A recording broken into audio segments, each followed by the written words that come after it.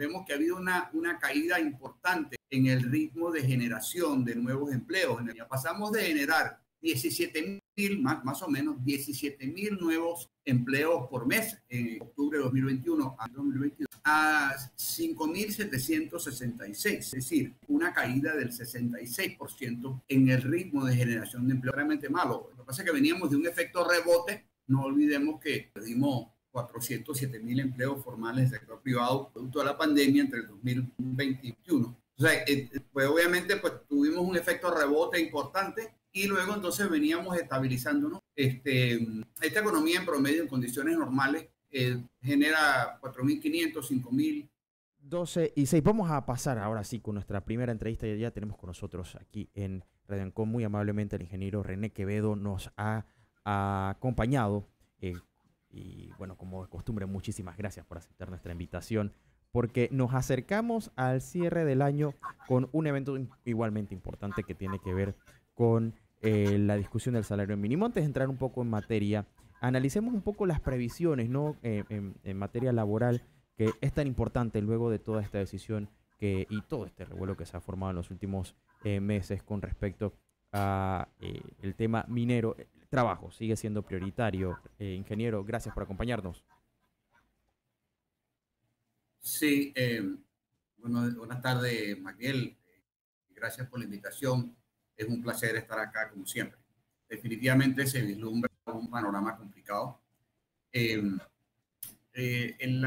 Hace un par de semanas, el INEC publicó el informe laboral correspondiente a agosto del 2023. El último fue en abril del 2022, o sea que teníamos prácticamente año y medio sin información detallada del mercado laboral.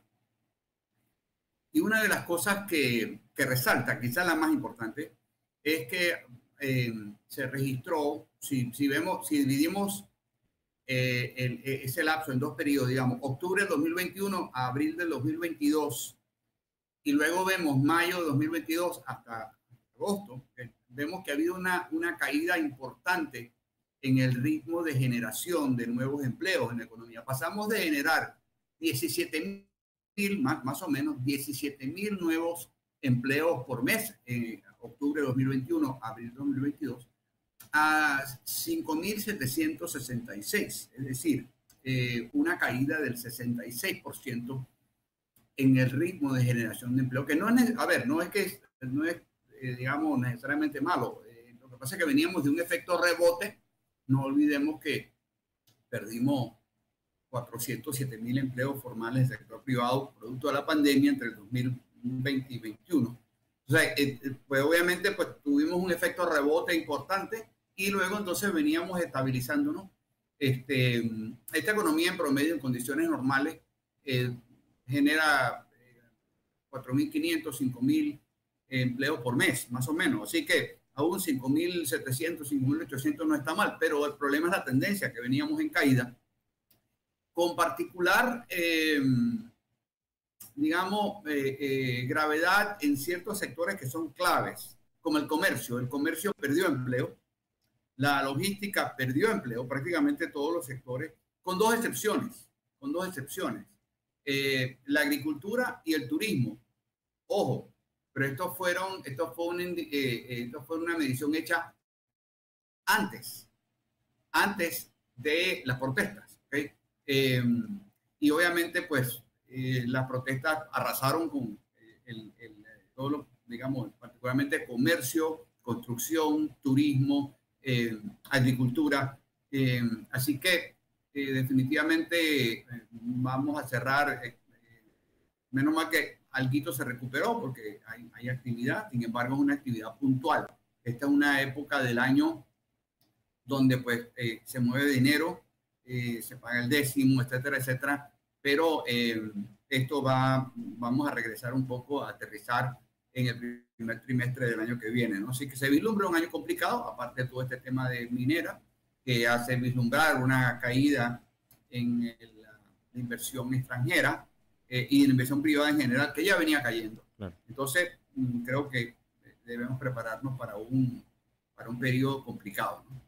Claro, ingeniero, tomando un poco, bueno, este mes varias organizaciones, instituciones, tanto privadas como algunos conglomerados, han hecho sus proyecciones para el próximo año. Entre esto, la CEPAL, que ha posicionado a Panamá entre los países que más va a crecer el próximo año, pese a que es mucho menor el crecimiento del que se proyectaba para este 2023. Esto, ¿cómo, digamos, impacta directamente en el tema de empleos, tomando en cuenta también de que se acerca un periodo electoral igualmente importante? Sí, bueno, con todo lo que está ocurriendo y ciertamente luego, o sea, no podemos pretender que nosotros vamos a eliminar 5% del Producto Interno Bruto, 14% de toda la inversión extranjera que hay en el país y 21% de toda la inversión extranjera que ha entrado al país desde que somos grado de inversión y no, eso no va a tener un impacto grande. Entonces, los economistas más optimistas pronostican que el año que viene vamos a crecer 1 a 1,5%. Eh, Nosotros necesitamos crecer medio 6 para generar empleo. Entonces creo que digamos, los pronósticos de la CEPAL antes, digamos, de toda esta situación. Va a haber una época de, digamos, de reacomodo, eh, porque obviamente va a ser complicado generar empleo, particularmente empleo formal sin inversión privada, y va a haber una caída fuerte. A todo esto, pues se une el tema electoral, y me preocupa porque yo veo más preocupación en buscar culpables que encontrar soluciones a un problema que no entendemos. Entonces, creo que en ese sentido me preocupan estas visiones mesiánicas, estos mensajes de varita mágica, eh, con una situación particularmente complicada en el tema de las finanzas públicas. Como dicen en el lenguaje del béisbol, el próximo gobierno no ha agarrado el bate y ya tiene 2 strikes, ¿no? Es decir, esto impide, va a complicar, por ejemplo, esto sin pensar que para mí es inminente que perdamos el grado de inversión. Me parece inminente porque los números no me cuadran por ninguna parte. ¿Okay? Pero el hecho de tener una situación de las finanzas públicas complicadas, particularmente en el área de inversiones, nos va a complicar la puesta en marcha de proyectos de infraestructura que típicamente generan mucho empleo. Es decir, obviamente, bueno, el colmo, digamos, el colmo o el clímax de esto fue la ampliación del canal, ¿no? La ampliación del canal, según un informe del Banco Mundial de julio del 2012, por cada dólar que se gastó en el canal, se generaron 64 centavos de demanda interna, particularmente en construcción. Entonces, bueno, eso multiplicado por más de 5.000 millones, eso definitivamente es un impacto grande. Entonces, el gobierno va a estar limitado en ese sentido.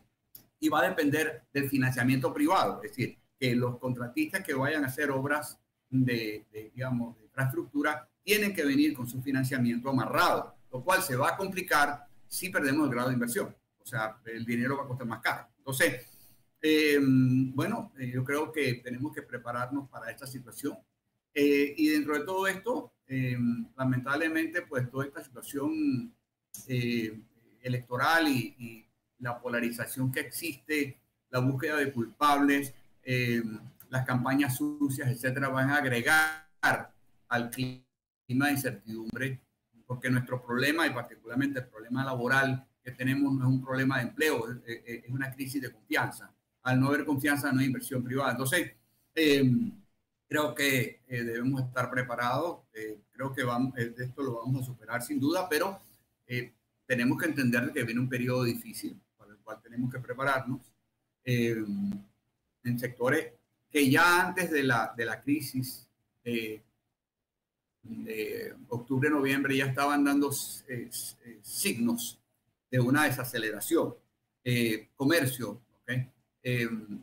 Hablaba de la agricultura y el turismo, hoteles y restaurantes como las excepciones, pero bueno, esas mejoras fueron arrasadas por la crisis. Inclusive hubo la ocupación hotelera en Chiriquí era 0%. Entonces, estas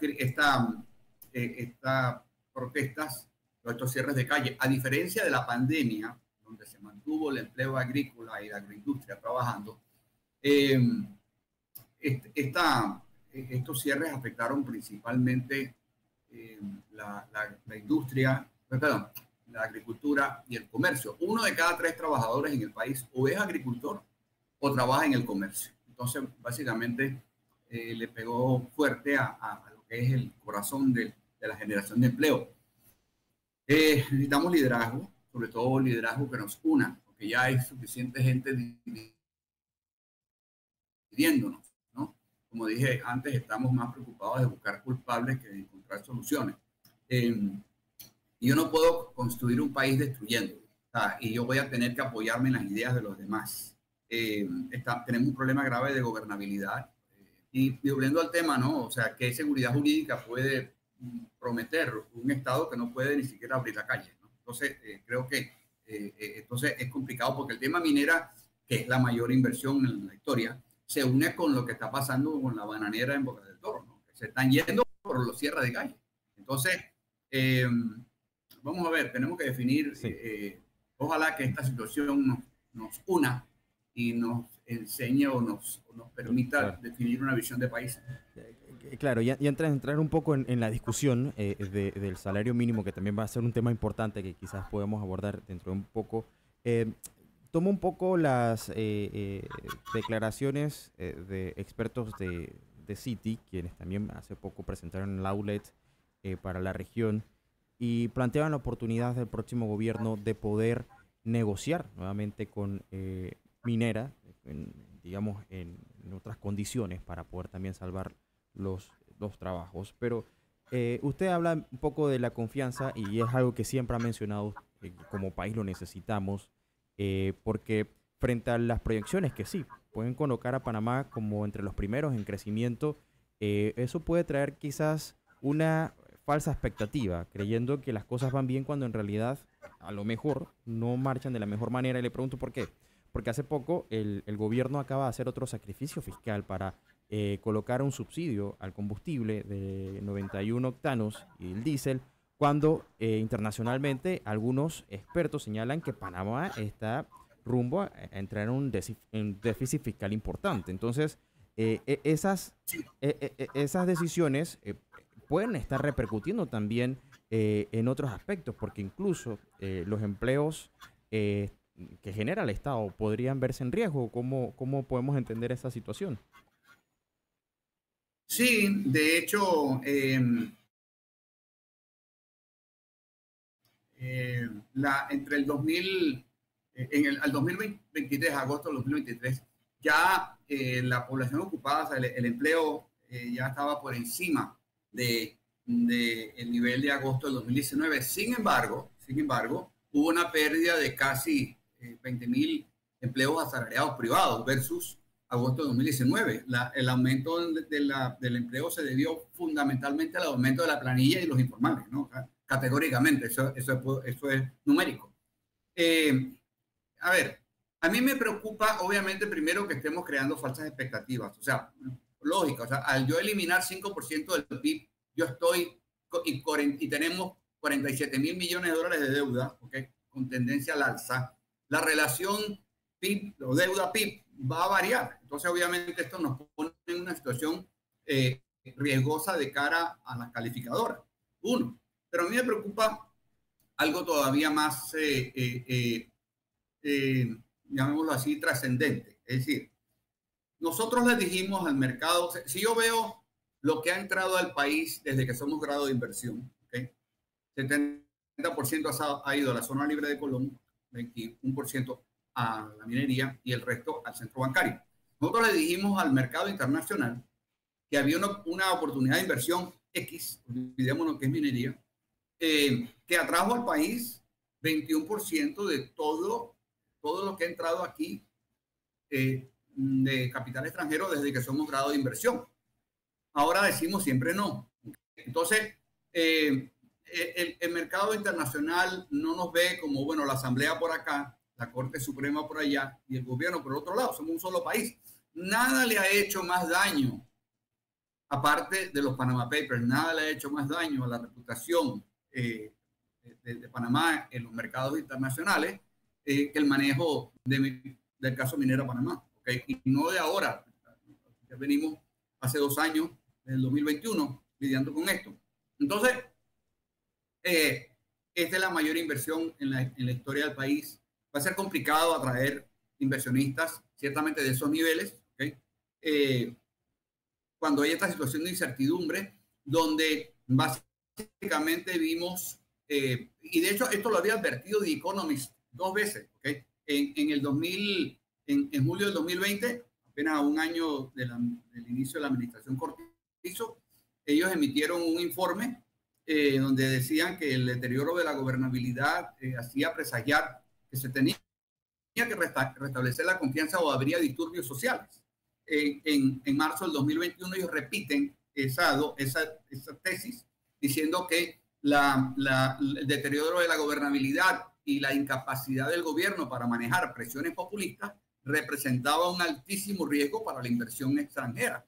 Se cumplió la profecía con creces. Entonces,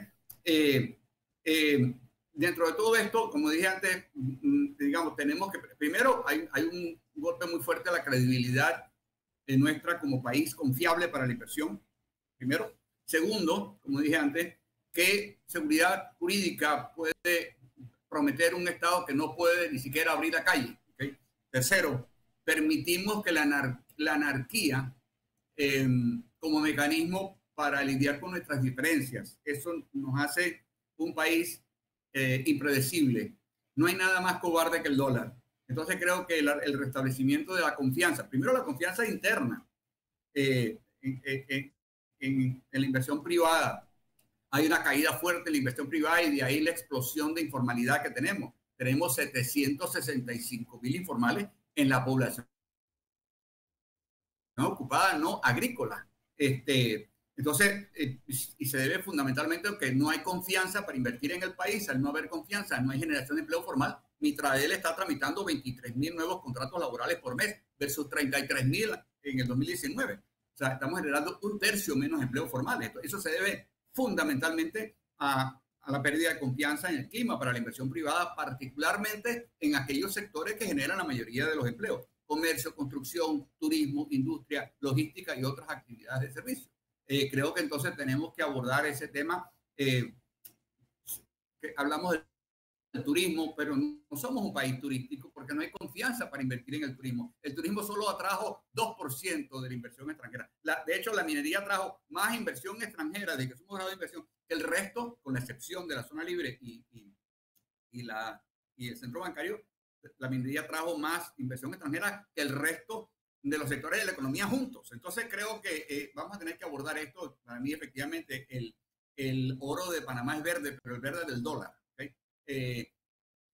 O sea, no vamos a ser un país turístico hasta que invertir en el turismo panameño sea rentable y no he descubierto el agua tibia. Es sencilla, es lógica. De nada sirve hablar de potencial turístico si no somos capaces de atraer las inversiones que lo hagan realidad. Y mientras sigamos creyendo en nuestros propios pajaritos preñados, somos parte del problema, no de la solución. Lo mismo digo con la logística. Y eso todavía peor, porque se amplió el canal, supuestamente porque vendrían todas estas empresas que se iban a establecer aquí para servir de plataforma para la distribución en Latinoamérica, y eso no ha ocurrido. La logística solamente ha traído 7% de la inversión extranjera desde que somos grado de inversión.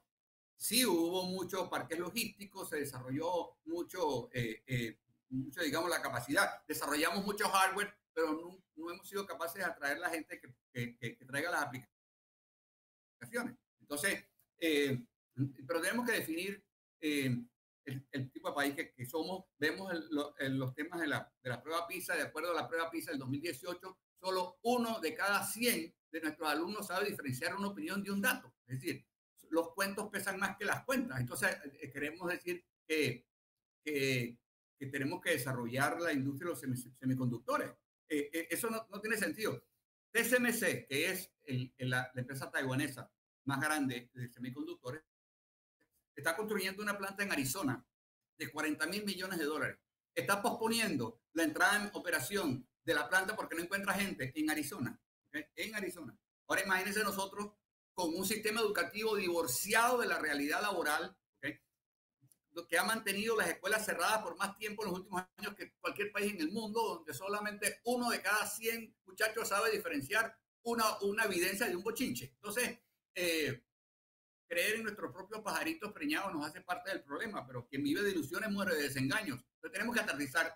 Creo que esto es un proceso, yo espero que esto nos lleve a un proceso de repensamiento realmente de nuestro futuro y alinearnos en función de esa visión de país. Creo que el canal o la ampliación del canal nos dio una visión temporal, eh, igual también que las inversiones que se hicieron en minería, pero tenemos que nosotros encontrarnos a nosotros mismos y aterrizar con los pies sobre la tierra. Y la educación es sin duda parte de toda esta ecuación. Bueno, usted menciona algo importante y es que tenemos que definir el tipo de país que deseamos, porque sí, si bien parte de la premisa durante las protestas fue eso que usted mencionaba, de que Panamá es un país verde, claro, haciendo alusión a la naturaleza, la pregunta es, ¿qué estamos creando desde las bases, desde la educación, para que efectivamente ese deseo de que Panamá sea un país enrumbado, una economía verde, se presente como tal, pero traiga beneficios y réditos a la economía panameña? Y me detengo aquí un poco porque importante también señalar que el tema de los empleos por un lado, pero eso trae consigo otras repercusiones como eh, ahorita el laberinto en el que todavía no hemos encontrado la salida de la Caja de Seguro Social y el IBM, cuya resolución ha quedado en el limbo. Y por supuesto que el tema del aumento del salario mínimo que está en estos momentos, ahora está en vilo, porque la empresa privada de algún momento ha decidido que va a suspender las negociaciones luego de las solicitudes. Quisiera solicitarle, si está de acuerdo, ingeniero, unos 15 minutos más después del cambio para hablar acerca del salario mínimo. Parte de la protesta gira en torno a los $1.000. ¿Qué tan rentable es para Panamá en el contexto que usted ya ha mencionado de esa incertidumbre, de esta economía que está siendo fuertemente golpeada y frente a lo que algunos dicen ya es una inminente realidad, la salida de Panamá del grado de inversión, algo pues que por supuesto para nada nos conviene y que a lo mejor nos aleja de esta buena racha que tuvimos de recibir inversiones extranjeras? Así que si le parece, nos vamos a cambio y unos 15 minutos más nos acompaña. Muy bien, claro que sí. Ok, muchísimas gracias al ingeniero René Quevedo. Nosotros tenemos que irnos al cambio. Antes que nada, tú o un familiar tienen discapacidad, regístrate para un mejor acceso a tu mesa de votación o votar adelantado por internet. Entra a tribunalcontigo.com. Tienes hasta hoy, 15 de diciembre, Tribunal Contigo. Nos vamos a un cambio comercial. No se vaya. A la vuelta seguimos con más. Estamos conversando con el ingeniero René Quevedo. Vamos a hablar un poco de salario mínimo. Queda poco para que sepamos qué va a suceder con la discusión de esto que tiene que terminar hasta el 31 de diciembre. Esto es Radio Ancon, siga con nosotros. Son las 12:32, seguimos conversando con el ingeniero y consultor laboral René Quevedo, quien muy amablemente se quedó un poco más para conversar sobre este tema tan importante, crucial. Cada 2 años en Panamá se revisa el tema del salario mínimo por pandemia. Hace 2 años el tema, pues obviamente era más complicado, el contexto en el que nos encontrábamos. Usted mencionó también una cifra de más de 400.000 personas que se quedaron sin empleo. Por ende, iba a ser muy difícil. Sabíamos que iba a ser difícil el tema de la discusión. Este año tampoco es que la situación sea menos desafiante. No obstante, ya hay propuestas que rondan los $1.000. Hablemos un poco acerca de esto. Algunos dicen que es un poco irrisoria la propuesta, otros pues que va acorde con las necesidades y la canasta básica. Pero primero, ¿qué tan complicado es reunirse y discutir este tema? Sí, bueno, yo creo que sí, es siempre una situación complicada. Eh, Lamentablemente, me parece que efectivamente la propuesta de $1.000 de salario mínimo no tiene ningún sentido. El salario promedio de la economía es 735, ¿okay? El promedio. Tengo un tercio de los trabajadores que ganan menos de $600. Pero estoy muy claro en que obviamente hay un impacto en la canasta básica fuerte. Una que nos vino de afuera con los aumentos de precio de los combustibles a raíz de todo este tema en Ucrania, etcétera, y otra que nos acabamos de imponer con las protestas y los cierres de calle en Chiriquí, que van a significar un aumento en el precio de la canasta básica de lo que viene de allá. Ahora, el problema de esto es que si yo encarezco la mano de obra, yo aumento la informalidad y no hay que ser exactamente un genio de la ciencia matemática para deducir esto. Mira, entre el 2017 y el 2022, Mitradel pasó de tramitar 445,000 nuevos contratos laborales a 240,000, es decir, en un periodo de 5 años, la economía perdió 205,000 contratos laborales, 205,000 vacantes que no se abrían. Y la población económicamente activa, la gente que empezó a buscar trabajo, aumentó en 147,000. Quiere decir esto que en el 2022 había 352,000 personas buscando trabajo, un trabajo digno, trabajo asalariado y no encontraron empleo.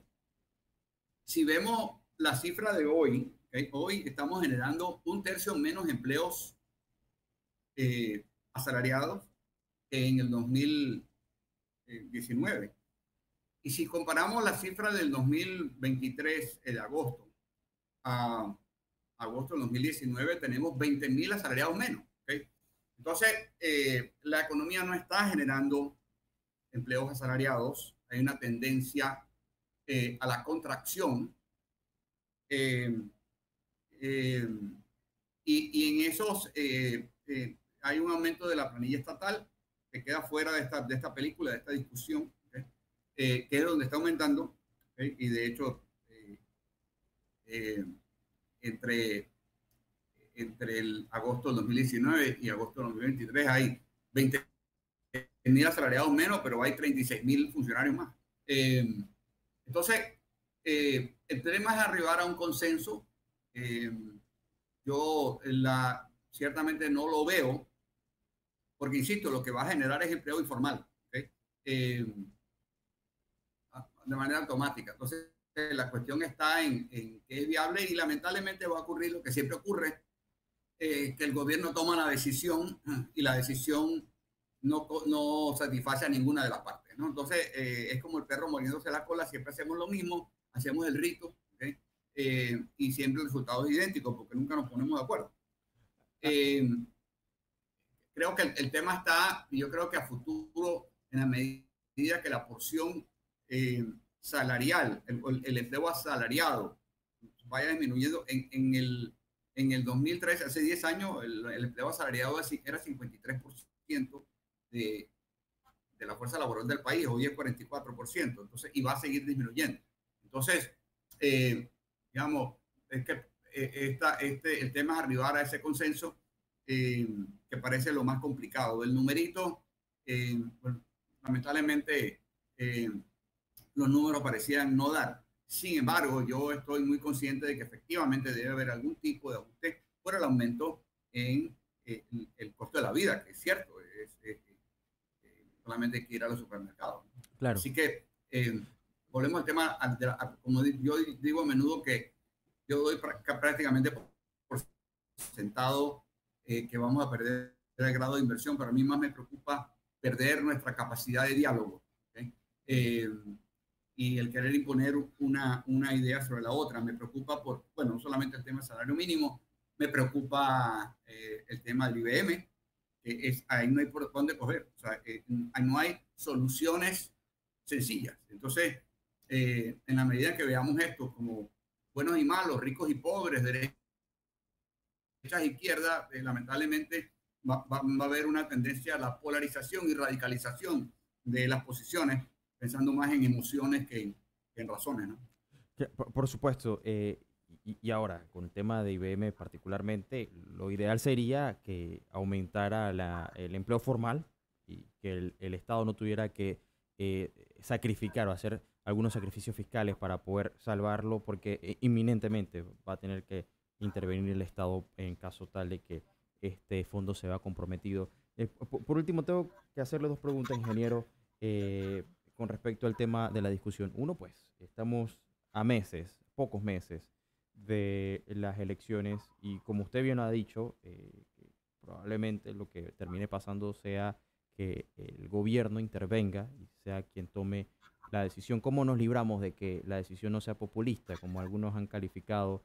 Y que esto también podría ser nefasto para la economía y contraproducente al mismo tiempo, porque algunos han dicho que no estamos en condiciones de hacer grandes ajustes por la situación económica. No obstante, pues por la otra parte, que es lógica y que hemos visto un poco, este actuar buscando quizás favorecer a la mayoría con un interés meramente político. Y lo último, pues usted mencionaba que sí tiene que haber un ajuste. ¿Cuánto es lo razonable en esta condición en la que se encuentra el país? Bueno, a ver, yo creo que el ajuste sería más de tipo político, eh, sería menor.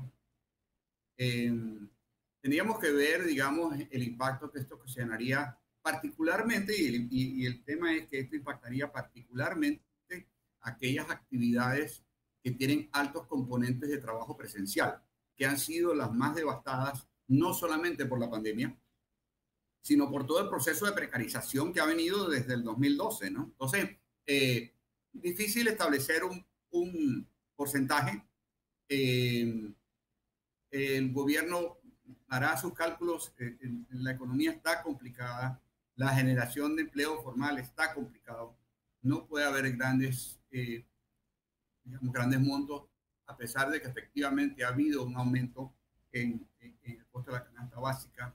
Digamos, no sé la mecánica, ni participo en estas discusiones de cómo el gobierno toma la decisión de tanto por ciento, porque no olvidemos que no tenemos un salario mismo, tenemos un montón, tenemos como 40. Entonces, creo que eso debe ser parte también de los temas que se deben revisar a futuro, ¿no? Eh, no es cuestión de decir, bueno, un salario mínimo $1,000, no, es que hay un montón. Entonces, quizás la simplificación de ese ejercicio, insisto que es un ejercicio de justicia social, lo cual comparto y entiendo la complicación, ¿verdad? De, de, de la situación, particularmente cuando ha habido un deterioro severo de la confianza para invertir en el país. Dejamos de ser un país atractivo para la inversión privada. Y sin inversión privada no habrá empleo formal ni empleo asalariado. Para que haya un empleo asalariado tiene que haber un empleador. Y un empleador es un empresario o un emprendedor que ve un negocio. Si no hay oportunidad de negocio, yo no necesito a nadie. Entonces, estamos creando las bases para un aumento importante en la informalidad. Y bueno, esta situación, la caída de la inversión privada, ya tenemos el año pasado, ingresaron $1,000 millones menos de inversión extranjera que en el 2019. Ingresamos 2.900 versus 3.900 en el 2019. Entonces, bueno, todas estas cosas nos ayudan. Creo que debe haber un gran consenso y yo me gustaría escuchar a algunos de los candidatos proponer un plan de unión de todas las fuerzas para realmente construir el país. Estamos en un proceso de identificación de culpables. Nos estamos peleando las sillas del comedor del Titanic. Y, ¿Y para qué? Porque al final del día nos estamos perjudicando todos. Tiene una época complicada. Entonces, creo que es el momento de unirnos, pero es difícil hablar de unión en una época electoral, ¿no? Por supuesto, y lo que usted ha mencionado, que ojalá podamos darle seguimiento más adelante, las propuestas que se presentan con respecto a estos retos tan importantes, que son parte, digamos, de la raíz del problema, la poca confianza que se tiene para la inversión extranjera, algo que también propiciaría la creación de empleos, algo que al mismo tiempo podría ayudar a poder subsanar los problemas que atraviesa la Caja de Seguro Social con el IBM y otros aspectos que involucran un posible déficit fiscal. Ingeniero, muchísimas gracias como siempre por acompañarnos y hacernos este espacio de cátedra tan importante para poder conocer un poco cómo está nuestro país en materia laboral y económica.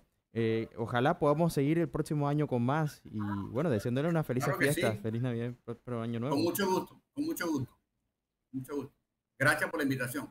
Así es, hasta pronto. Era el ingeniero René Quevedo, consultor laboral, quien nos acompañó aquí en Menú Ejecutivo Ancon. Ya, ya lo sabes, vamos a seguir dándole seguimiento, por supuesto, al tema de la discusión que se está dando con respecto al tema del salario mínimo.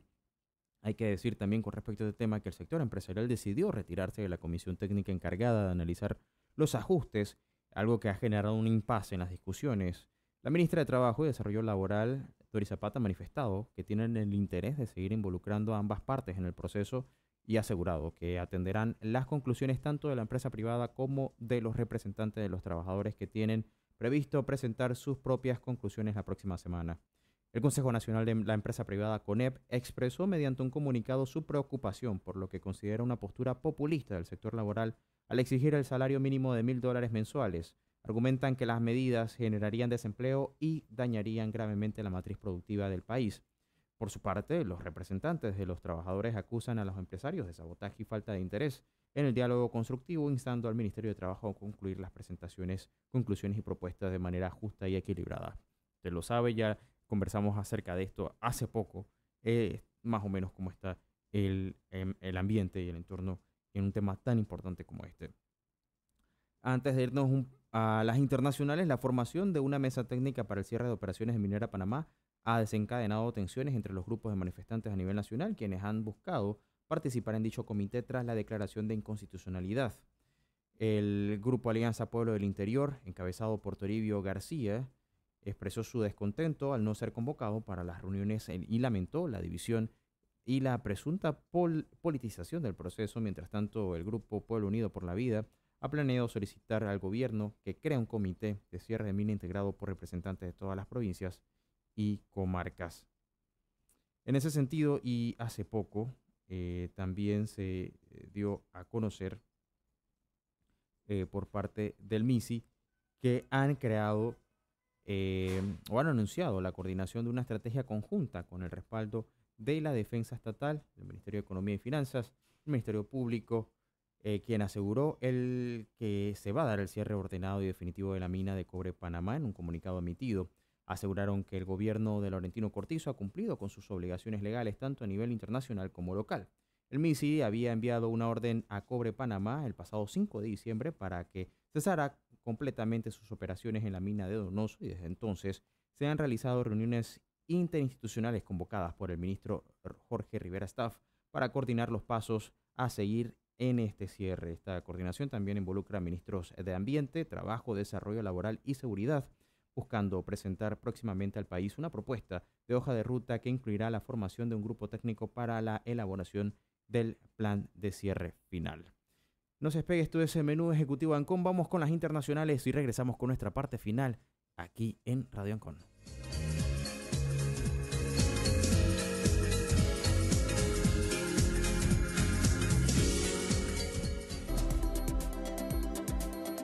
Menú Ejecutivo de Ancon con Magdiel Torres.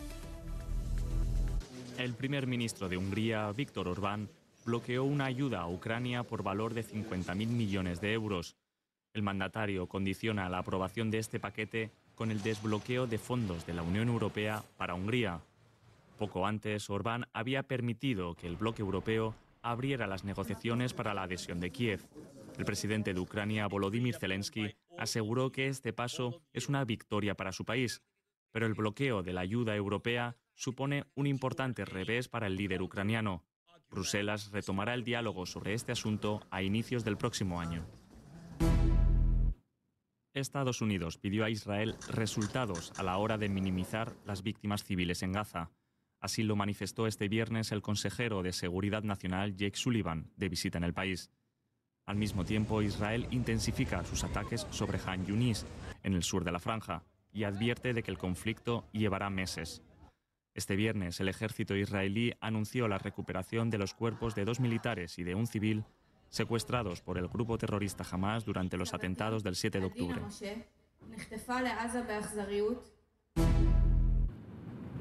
Un buque de carga de la empresa alemana Hapag-Lloyd con destino a Singapur sufrió un ataque en el Mar Rojo.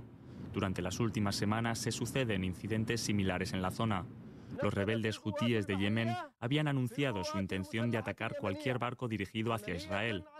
Según Estados Unidos, este viernes un segundo barco carguero fue alcanzado por un misil balístico desde Yemen. El Tren Maya, la obra turística insignia del presidente mexicano Andrés Manuel López Obrador, se inaugura este viernes. Las operaciones solo comenzarán en el primer tramo terminado, que une la ciudad de Campeche con Cancún. López Obrador asegura que la infraestructura aportará prosperidad a las regiones más empobrecidas del país, pero numerosas asociaciones denuncian que las obras provocan un importante daño ambiental. Un tribunal británico dictaminó que el príncipe Harry fue víctima de hackeo telefónico por parte del grupo Mirror, propietario de varios periódicos. Mirror Group deberá pagar 140,000 libras esterlinas. El príncipe demandó a este grupo por publicar información sobre él recopilada ilegalmente. Es la primera de sus varias demandas contra tabloides británicos que llega a los tribunales.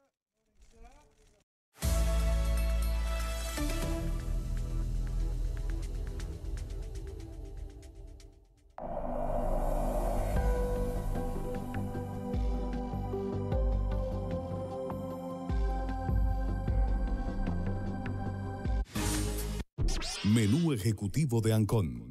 Menú con Magdiel Torres. 12:50, llegando sobre el final de nuestro programa. Esto es el Menú ejecutivo de Ancon. Seguimos con más informaciones. Antes comentarles, si tú o un familiar tienen una discapacidad, regístrate para un mejor acceso a tu mesa de votación o votar adelantado por internet. Entra a tribunalcontigo.com. Tienes hasta el 15 de diciembre, Tribunal Electoral. Hablando de temas electorales, 3 candidatos presidenciales independientes van a recibir en enero de 2024 el financiamiento público preelectoral, según lo establecido por el Tribunal Electoral. Sin embargo, antes de recibir estos fondos, deberán cumplir con restricciones y estrictos controles financieros delineados en el boletín electoral, que incluyen la apertura de una cuenta especial de campaña en el Banco Nacional de Panamá, donde se van a depositar los fondos, los cuales serán supervisados y fiscalizados por el tribunal. El financiamiento asignado para los 3 candidatos por libre postulación se van a distribuir de la siguiente manera. A Zulay Rodríguez le van a corresponder unos $901,204. Por su parte, la profesora Maribel Gordón recibiría unos $838,340 y el candidato independiente a la presidencia, Melitona Rocha, recibirá unos $804,296. Los tesoreros de las respectivas campañas deberán certificar su identidad ante la Dirección Nacional de Organización Electoral y la Unidad de Fiscalización Interna del Tribunal, además de contar con 3 firmas autorizadas para cualquier desembolso de la cuenta designada, y se les exige la presentación de un presupuesto detallado por tipo de gasto a proveedores tentativos en los primeros 15 días de enero de 2024 ante la Dirección de Fiscalización y Financiamiento Político.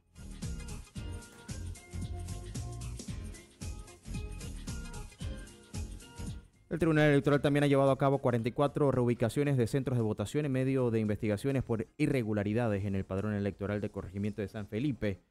Se ha condenado a 6 personas por cambio doloso de residencia, reubicando a 5 de ellas en otros corregimientos donde residen realmente, como Bacamonte, Arraiján Cabecera, Ernesto Córdoba Campos y Santa Ana.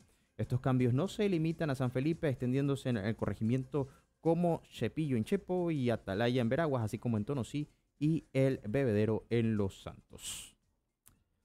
12:53, vamos a cambiar de tema, vamos a terminar con algo como siempre positivo y cultural, como lo hacemos en cada viernes, y en esta ocasión vamos a estar conversando con los amigos del Festival Picnic Centroamérica, porque Centroamérica también tiene un Festival Picnic y para eso nos acompaña Adrián. Bienvenido, gracias por acompañarnos.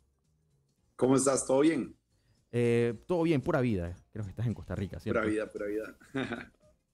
Cuéntanos un poco, ¿de qué trata este este Festival Picnic? Bueno, ya tenemos casi 10 años con el proyecto. La verdad es que ha crecido bastante.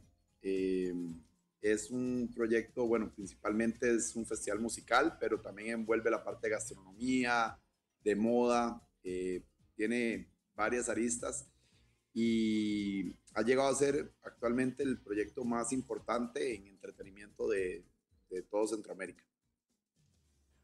10 años, estamos bastante cerca. ¿Qué trae, qué ofrece, qué nos dedica en estos 10 años el Festival Picnic? Y en un punto tan interesante donde pueden converger varias naciones centroamericanas, por supuesto, incluyendo Panamá. Sí, no, bueno, yo voy muchísimo a Panamá, así que estamos cerquísimos. Ya este año hemos hecho un par de proyectos por allá, pero con la empresa, Yogo. Eh, pero con el festival sí, o sea, al final estamos ofreciendo un producto para que la gente venga, conozca Costa Rica. Entonces el festival no solo se basa en la parte de la música, en la parte musical tenés headliners en todos los tipos de música, porque es un festival multigénero, tenés desde J Balvin, Mike Towers en urbano, a Alejandro Fernández, a Wiz Khalifa, bandas como The Offspring, Auténticos Decadentes, tenés DJs como Alan Walker, Paul Van Dyke, Nicky Romero. En reggae tenemos de Shaggy, Steel Pulse. Al final es una mezcla, era un lineup súper relevante, de los más relevantes de Latinoamérica para el próximo año en festivales. Y tenemos más de 60 artistas en 2 fines de semana. El festival es sábado 10 y sábado 17 de febrero. Entonces, a toda la gente de Panamá, más bien los invitamos a que vengan al festival y se puedan quedar acá conociendo Costa Rica, las playas, los volcanes, y puedan ir el segundo fin de semana a otro fin de semana de muchísima música, moda, gastronomía. Al final el festival ofrece demasiadas cosas. Y estamos bastante cerca, la verdad. No es mucho lo que nos toma llegar, incluso por carretera, que, bueno, la única frontera que tenemos para poder cruzar por carretera es con Costa Rica, así que no hay muchas excusas. Febrero, 2 días entonces del picnic y aprovechar y conocer un poco. Ese mensaje final que quisiera dejarle sobre todo al pueblo panameño, que estoy seguro que a muchos les gusta viajar y conocer Costa Rica y a la inversa, ¿no? Sino, como le digo, tengo una relación muy cercana con Panamá. O sea, casi que toda mi vida he trabajado y el primer país donde fui a trabajar fue a Panamá. Tengo mis primeros proyectos, no en el festival, pero sí como empresario, fue con artistas panameños. Entonces, desde Comando Tiburón hasta el Rookie, hasta... Entonces, siempre he tenido una cercanía y tengo muchísimos amigos allá. Y hoy en día mucha gente de Panamá está viniendo al festival porque es lo que te decía, en Panamá sé que han habido como proyectos, como fue el Atlas Golden en su momento, o por ahí otros, pero Picnic es muy diferente, ofrece una variedad gigante de artistas, de escenarios. En el festival tenés, en un mismo día, tenés 5 escenarios con diferente música, tenés más de 50 food trucks, tenés tiendas, tenés muchísimas cosas. Entonces al final es una experiencia muy buena, es un festival de primer mundo aquí en Costa Rica. Entonces los invito a todos los hermanos panameños a que nos visiten, de verdad les va a encantar la propuesta, el festival, la gente. Y bueno, invitadísimos porque ustedes son los que están más cerca y me encantaría que todos pudieran venir. Por supuesto que sí, y la convergencia, ¿no?, con otras naciones centroamericanas, también afianzando un poco esa hermandad entre nuestros países tan necesaria para consolidar también nuestra identidad centroamericana. Muchísimas gracias, Adrián, por esa invitación, sobre todo a todo el pueblo panameño a visitar Costa Rica el próximo año. Por último, ¿dónde podemos saber más sobre este festival? Ok, bueno, nos pueden buscar en la página web que es www.festivalpicnic.ca, o nos pueden encontrar en Instagram, que es lo más fácil, lo que todo el mundo usa hoy en día, que es Picnic Fest. Así nos pueden encontrar en Instagram y ahí van a ver diferentes, los after movies del año pasado, los artistas, el cartel que es gigante. Y aparte, también pueden comprar las entradas por medio de ticket. Ahí mismo en la página está el link, entonces lo pueden encontrar. Pero igual te vamos a pasar más información ahí para que también lo tengan ustedes y de primera mano puedan como accesar al festival. Pero sí, ahí les sale como Picnic Fest en Instagram, ahí encuentran toda la información. Claro que sí, bueno, y desde ya calentando los motores para 2024 y por qué no hacer algunos planes para el próximo año en verano. Gracias, un saludo hasta Costa Rica, Adrián, por acompañarnos y por esa invitación al Festival Picnic Centroamérica. Será hasta una próxima oportunidad, ojalá podamos también estar allá acompañándonos en Costa Rica el próximo año. Invitadísimos, acá los esperamos y para que conozcan y aquí los atendemos súper bien, ojalá puedan venir. Así será, que estés bien y feliz año. Nosotros llegamos al final de nuestro programa. Gracias por acompañarnos y estar aquí con nosotros en esta hora. No se despegue porque ya dentro de poco viene información deportiva con la cancha Miguel Ángel Cuadra, quien va a estar acompañándonos. De mi parte, Magdiel Torres, deseándoles un feliz fin de semana. Por supuesto que vamos a estar aquí el próximo lunes con más informaciones en Menú Ejecutivo y más tarde con los microinformativos. No se despegue, esto es Radio Ancon. Feliz tarde.